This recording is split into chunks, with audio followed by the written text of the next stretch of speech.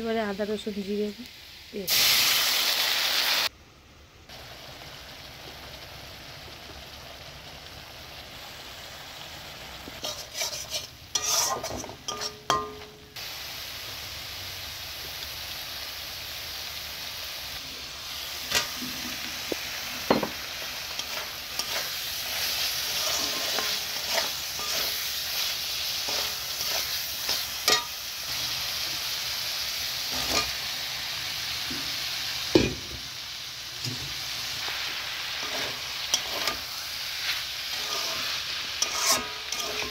এটা কিন্তু জল ছাড়াই হবে, আর এটা একটু ভেঙে গেলে ভালো লাগবে না। আসলে কচুরলতি একটু এরকম গোটা গোটা থাকলে তাই হালকা করে একটু সিদ্ধ করেছি।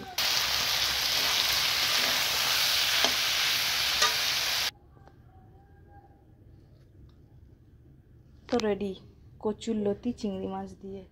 আর এটা আমাদের বাড়ির সবাই খুব ভালো খায়। কতখানি হয়েছে।